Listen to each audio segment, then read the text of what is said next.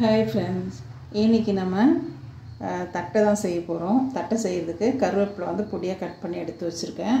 மாவு பார்த்திங்கன்னா ஜலிச்சு எடுத்து வச்சுருக்கேன். இதில் தான் நம்ம மெஷர் பண்ண போகிறோம். இந்த கப்பில் மெஷர் பண்ணிக்கலாம். ஜலிச்சு நான் ரெடி பண்ணி எடுத்து வச்சுருக்கேன். இப்போ மாவு ஃபஸ்ட்டு வறுத்துக்கலாம். நம்ம இன்க்ரீடியன்ஸ் வந்து நம்ம ரெடி பண்ணி போடும்போதே நான் உங்களுக்கு சொல்லிடுறேன். இப்போ மெஷரிங் கப்பில் நான் மாவுக்கு அளந்து நான் அது போடுறேன். மிதமான தீயில் வச்சு நல்லா மாவு வறுத்துக்கலாம். அடி பிடிச்சிடும், அதனால் மாவு போட்டோன்னு அப்படியே விடக்கூடாது, கலந்து விடணும். நம்ம இன்னொரு கப் போடுறதுக்குள்ளே அடியில் வந்து கலர் மாறிடும், அதனால் கலந்து விட்டுக்கோங்க.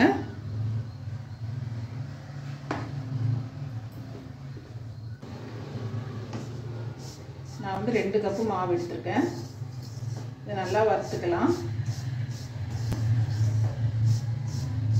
நம்ம என்னதான் மாவு வீட்டில் காய வச்சு அரைச்சிட்டு வந்து வச்சுருந்தாலும் இப்போ மழை டைம் அப்படி இல்லையா, மழை நேரத்துக்கு அதுக்கும் நமக்கு வந்து நமுத்து போன மாதிரி தான் இருக்கும். அதனால் நம்ம வந்து மாவு வறுத்து தான் செய்யணும், இல்லைன்னா தட்டையே நமுத்த மாதிரி தான் இருக்கும். இப்போது நான் உங்களுக்கு ஃபுல்லாக வறுத்துட்டு காமிக்கிறேன். ஏன்னா மிதமான தீயில் வச்சு கொஞ்சம் நேரம் வறுக்கணும், சூடு ஏறட்டும். டைட்டாக இருந்த மாதிரி இருந்தது. இப்போ மாவு வறுக்கும்போது பாருங்கள் ஈஸியாக இருக்குது, மாவு வந்து ஈஸியாக பிறகுது. இப்போ இதை வச்சு நம்ம தெரிஞ்சுக்கலாம் மாவு வறுந்துருச்சு அப்படின்னு. இருந்தாலும் நம்ம டவுட் கிளியர் ஆகணும் அப்படின்னா, நல்லா வறுந்துருச்சா அப்படின்னு பர்ஃபெக்டாக செக் பண்ணணும் அப்படின்னா இந்த மாதிரி கோலம் போட்டு பார்க்கலாம். இந்த கோலம் போட்டோம் அப்படின்னா கோலம் மாவு மாதிரி நல்லா நைஸாக கோலம் போட வரணும். அதுதான் நல்லா பக்குவமாக வறுந்துருக்கு மாவு அப்படின்னு நம்ம தெரிஞ்சுக்கலாம். இப்போ வந்து நம்ம கோலம் போட்டோம் இல்லைங்களா, சூப்பராக வந்தது. மாவும் பாருங்கள் எடுத்து போட்டோம்னா உதிரியாக இப்படி கீழே விழுது பாருங்கள், பவுடர் அப்படி விழுது. வறுக்கலை அப்படின்னா மாவு வந்து திட்டாக விழும். உங்களுக்கு கரெக்டாக இருக்குது அப்படின்னு அர்த்தம். இப்போ நம்ம ஸ்டவ் ஆஃப் பண்ணிடலாம். இப்போது இந்த கரண்டியில்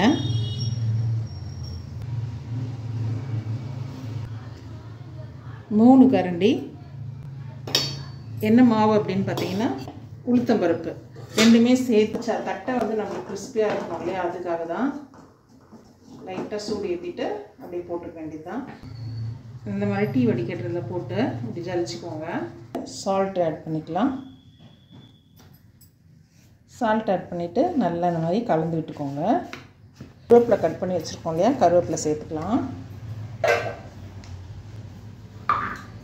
இங்கே பாருங்கள் 3 மிளகாய், ஒரு 4-5 பல்லு பூண்டு நான் வந்து அரைச்சி எடுத்து வச்சுருக்கேன், அதையும் சேர்த்துக்கலாம். 1 ஸ்பூன் கடலைப்பருப்பை நல்லா ஒரு அரை மணி நேரமாக ஊற வச்சு வாஷ் பண்ணி எடுத்து வச்சுருக்கேன், அதையும் சேர்த்துட்டு நல்லா அப்படி மிக்ஸ் பண்ணிக்கோங்க. சீரகம் 1-2 பொடிச்சு வச்சுருக்கேன், சீரகம் சேர்த்துக்கலாம். ஆயில் சம்மந்தப்பட்ட பொருள் அப்படின்னாவே நமக்கு வந்து சீக்கிரமாக டைஜஷன் ஆகாது இல்லையா, அதுக்காக சீரகம் வந்து கொஞ்சம் கூடுதலாக சேர்த்துக்கோங்க. ஃப்ளேவரும் ரொம்ப நல்லாவே இருக்கும். ஸ்பூன் எள்ளு எடுத்துருக்கேன், நான் வந்து வாஷ் பண்ணிட்டு நம்ம சேர்த்துக்கலாம். Red colour chilli powder add பண்ணிக்கலாம். கலருக்காக கொஞ்சம் மஞ்சள் தூள், எல்லாமே சேர்த்தாச்சு. இப்போது நல்லா அப்படி கலந்து விட்டுக்கலாம். வெண்ணெய் ஃப்ரிட்ஜில் வச்சுருந்தது அப்படின்னால வெண்ணெய் வந்து கொஞ்சம் டைட்டாக இருக்குது, போட்டு பிசைஞ்சதுக்கப்புறம் சரியாயிடும், இந்த சூட்டுக்கு சரியாக இருக்கும். இப்போது போட்டு நல்லா கலந்துக்கலாம். அந்த வெண்ணெயோடு சேர்த்து இந்த மாவு, இந்த போட்ட இன்க்ரீடியன்ஸ் எல்லாமே நம்மளுக்கு நல்லா கலந்து வரணும். இன்னும் கூட கொஞ்சம் வெண்ணெய் போட்டாச்சு. போட்டு இந்த மாதிரி பிடிக்கிறதுக்கு வந்தது அப்படின்னா பாருங்கள், அப்படி இல்லைன்னா இன்னும் கொஞ்சம் ஆயில் சேர்த்துக்கோங்க.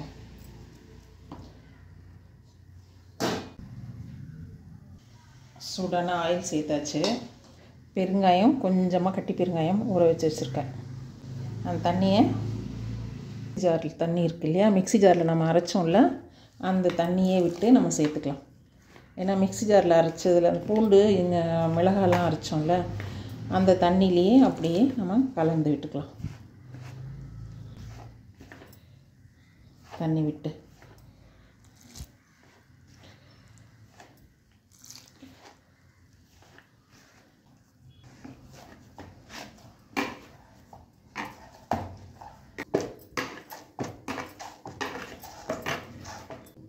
இந்த அளவுக்கு மாவு கிடச்சிருக்கு பாருங்கள். இந்த மாதிரி இருக்குது கிண்ணம். இது இந்த மாதிரி ஃப்ளாட்டாக இருக்க கிண்ணம் தான் நம்ம எடுக்கணும். ஏன்னா அதனால தான் நான் அந்த டபரா செட் இருக்கு இல்லையா, அந்த மாதிரி அதை வச்சு இப்படி ப்ரெஸ் பண்ணோம்னா தான் நமக்கு வந்து நல்லா தட்டை வந்து ஃப்ளாட்டாக நல்லா கிடைக்கும். அதுக்காக தான் நான் இந்த மாதிரி ஃப்ளாட்டாக இருக்கிறது எடுத்திருக்கேன். நீங்கள் வந்து இந்த மாதிரி இருக்கிறத எடுத்துக்கோங்க. நல்லா இப்படி ப்ரெஸ் பண்ணிக்கோங்க. எல்லா இடத்துலையும் ஈவனாக இருக்க மாதிரி ப்ரெஸ் பண்ணிக்கோங்க தட்டை.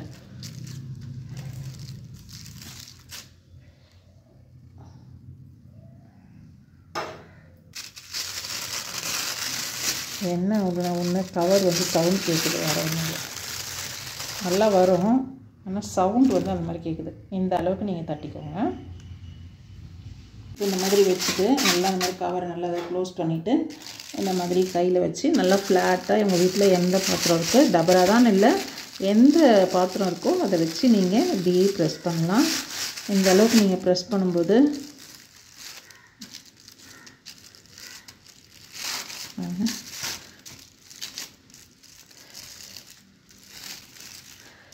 இந்த கவர் உங்களுக்கு வந்து டிரான்ஸ்பரண்ட்டாக நல்லா தெரியும் அப்படின்றதுக்காக தான் இந்த கவர் எடுத்தேன். இது வந்து சவுண்டு கேட்குது, வேறு ஒன்றும் இல்லை.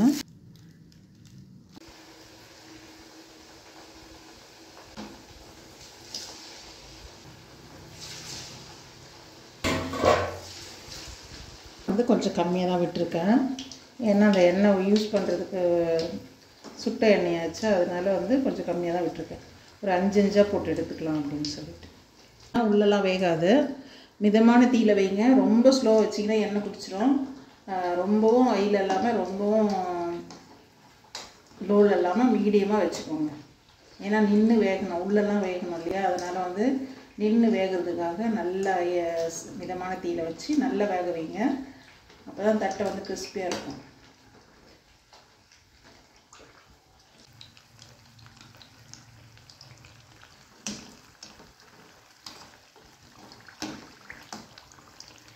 திருப்பி விடுங்க.